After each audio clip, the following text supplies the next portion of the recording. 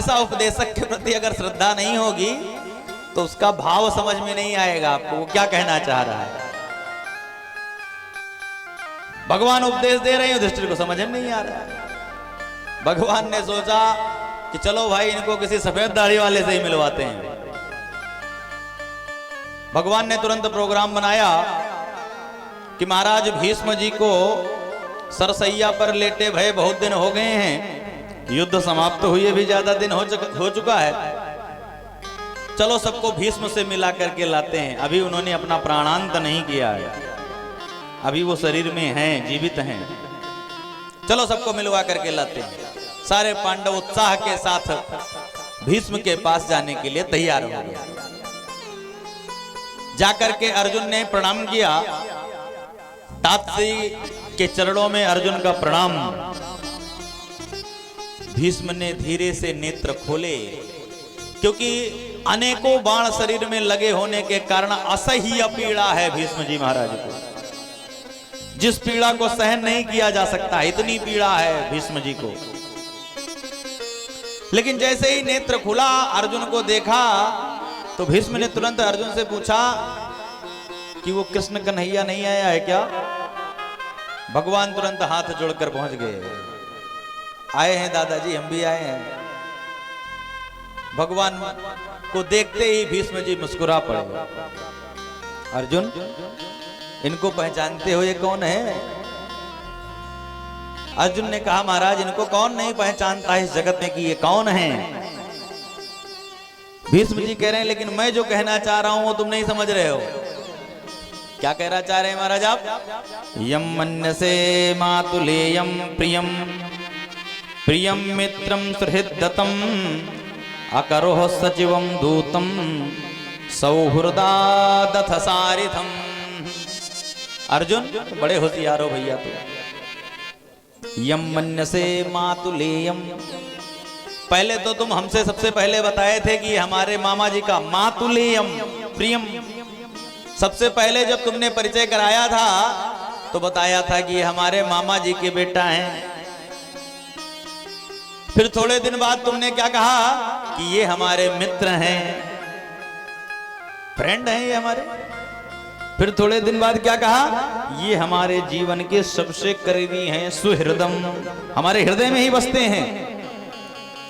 फिर धीरे से तुमने इनको साला बना लिया अपना, है सुभद्रा से विवाह जो कर लिया आपने, तो इनको अपना साला भी बना लिया, सचिवम। फिर इनको अपना सलाहकार बना लिया, सचिव बना लिया अपना, और अंततो गत्वा तो आपने दूत भी इनको बनाया। संधि प्रस्ताव भगवान ही लेकर गए थे कौरवों के पास। अकरोह सचिवम दूतम सौहृदादथ सारिथम। सब कुछ करने के बाद जब महाभारत का युद्ध छिड़ ही गया तब तुमने इनको अपना सारथी बना लिया, ड्राइवर। अपनी गाड़ी चलवाने लग गए इनसे, अपना रथ हाँकवाने लग गए, और जब युद्ध भूमि में रथ पहुंच गया तो आपने इनको अपना गुरु भी बना लिया। गुरु बनाया तभी तो भगवान ने फिर गीता का उपदेश दिया। अर्जुन ने जब अंतिम श्लोक महाभारत युद्ध में गीता उपदेश से पहले जब अंतिम श्लोक बोला, शिष्यस्ते हे पाहि माम, हे श्रीमन नारायण प्रभु के अवतार बालकृष्ण लाल प्रभु, हम आपके चरणों में शिष्यत्व ग्रहण करते हैं, शिष्यस्ते हे पाहि माम। अब आप हमारी बुद्धि को शुद्ध करिए, नहीं तो इतना मोह हो रहा है कि हम महाभारत जैसा युद्ध नहीं लड़ पाएंगे। जब शिष्यत्व ग्रहण कर लिया भगवान के चरणों में, तब भगवान ने 18 अध्यायों में गीता के उपदेश सुना करके अर्जुन का मोह भंग किया, और फिर वो अर्जुन विश्व विजेता होकर के महाभारत का युद्ध जीत पाए। तो जो कुछ बचा था लास्ट में आपने उनको गुरु बना लिया। बहुत होशियार हो भाई, जहां जैसा प्रयोग मिला वहां आप वैसा कर लिए इनका प्रयोग है? अर्जुन शर्मा गए। भगवान कह रहे हैं महाराज कब तक शरीर छोड़ने का आपका प्लान है? वैसे तो आपको इच्छा मृत्यु का वरदान मिला हुआ है, जब तक आप चाहें तब तक इस शरीर में रह सकते हैं, जितने वर्ष चाहें उतने वर्ष इस असह्य पीड़ा को सहते हुए भी। लेकिन कब तक रहने का प्लान है? वैसे हमने सुना था कि उत्तरायण सूर्य होने की प्रतीक्षा कर रहे हैं आप। अब तो सूर्य भी उत्तरायण हो चुका है, अब किसका इंतजार कर रहे हैं? वर्ष में 6 महीने सूर्य उत्तरायण रहता है और 6 महीने दक्षिणायन रहता है। 14 से 15 जनवरी को हर वर्ष सूर्य उत्तरायण होता है और जून 14 या सूर्य उत्तरायण होता है और जून 14 या 15 को सूर्य दक्षिणायन हो जाता है। तो जो 6 महीने सूर्य उत्तरायण रहता है वो देवताओं का दिन है, और जो 6 महीने सूर्य दक्षिणायन रहता है वो देवताओं की रात्रि है। तो रात्रि के समय किसी के घर जाएंगे और अगर वो गहरी नींद में सो रहा है तो सुबह होने तक उसके दरवाजे पर बैठकर आपको प्रतीक्षा करनी पड़ेगी, मुलाकात तभी हो पाएगी। इसीलिए उत्तरायण में शरीर छोड़ना ज्यादा शुभ माना जाता है। इंतजार नहीं करना है, सीधे दरवाजा खुला है आ जाओ। तो दक्षिणायन में युद्ध हुआ था, तो भीष्म जी महाराज उत्तरायण होने की प्रतीक्षा कर रहे थे।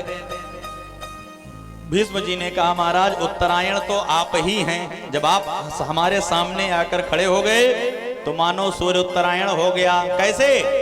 उत्तरा के अयन में, अयन मतलब गर्भ में, अभी अभी आप निकल के आए हैं, तो उत्तरा के अयन से आने के बाद आपका भी तो नाम अब उत्तरायण हो चुका है। उत्तरा के अयन से जो आप आए हैं बाहर, तो महाराज अब आपका दर्शन हो गया है, तो अब हम चैन से अब ये शरीर छोड़ पाएंगे।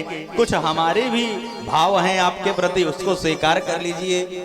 जब युधिष्ठिर ने देखा कि हमारे 4 पीढ़ियों में सबसे बड़े श्रेष्ठ हमारे दादाश्री इनको प्रणाम कर रहे हैं और क्या श्लोक बोल रहे हैं, सा देवो देवो भगवान प्रतीक्षताम कलेवरम। हे महाराज ये कलेवर, ये शरीर तो आपकी प्रतीक्षा कर रहा था। जिस दिन आप आकर के सामने खड़े हो जाते उसी दिन ये शरीर छोड़ देने में हमें कोई देर थोड़ी लगता। प्रसन्नता सारुण लोचनोन सन्मुखाम्बोज ध्यान पश्यत्थ चतुर्भुजा। हे माधव मैंने देखा है कि आपका प्रण कमजोर पड़ जाता है अपने भक्तों के सामने। भगवान ने कहा वो कैसे? भीष्म जी ने कहा कि युद्ध जब होना था तो आपने संकल्प लिया था कि हम किसी भी तरफ से युद्ध नहीं करेंगे, न कौरवों की तरफ से न पांडवों की तरफ से। लेकिन महाराज युद्ध जब प्रारंभ हुआ, हमने अर्जुन के ऊपर बाणों की वर्षा प्रारंभ करी, हमने अर्जुन का बार बार जब रथ तोड़ना प्रारंभ किया, हम भी आपको खूब छका रहे थे, आपके भी धैर्य की हम प्रतीक्षा ले रहे थे। और आप जब हमारे ही प्रण से, हमारे संकल्प से जब आप परेशान हो गए महाराज, तो उठाकर रथ का पहिया आप हमारे ऊपर ही दौड़ पड़े थे हमको मारने के लिए। आपका संकल्प था कि हम युद्ध में अस्त्र शस्त्र नहीं उठाएंगे और मैंने आपका संकल्प तोड़वा दिया महाराज। तो एक भक्त के जिद को रखने के लिए आपने अपना संकल्प तोड़ दिया, लेकिन हमारे वचनों की रक्षा करी, आप हमारा संकल्प मान लिए महाराज। तो मैं चाहता हूं जब जैसे आपने हमारी जिद का सम्मान किया, वैसे एक जिद हमारी और है। अगर आप इसका भी सम्मान करेंगे तो हम चैन से मस्ती से स्वर्ग लोक को जाएंगे महाराज। क्या जिद है महाराज? प्रसन्न सारुण लोचनोन, प्रसन्न होकर के अच्छा सुंदर मुस्कुराते हुए बंसी बजाते हुए हमारे सामने थोड़ी देर खड़े रहिए, बस थोड़ी देर खड़े रहेंगे महाराज। हम आपका दर्शन करते करते कब हमारा प्राणांत हो जाएगा कछु पता नहीं चलेगा।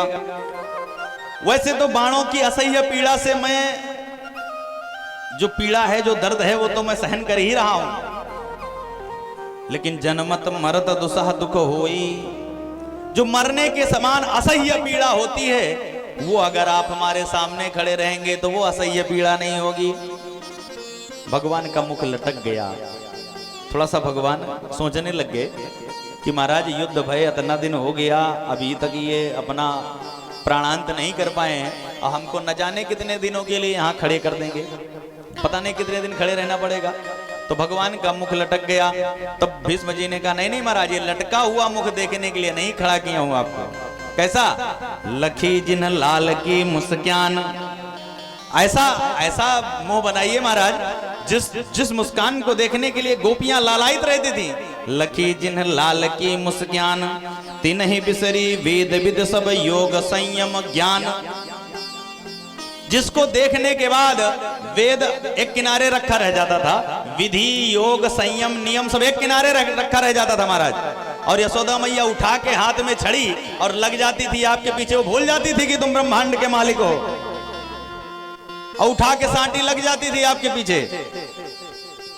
तिन्हि बिसरी वेद विद सब योग संयम ज्ञान, लखी जिन लाल की मुस्कान।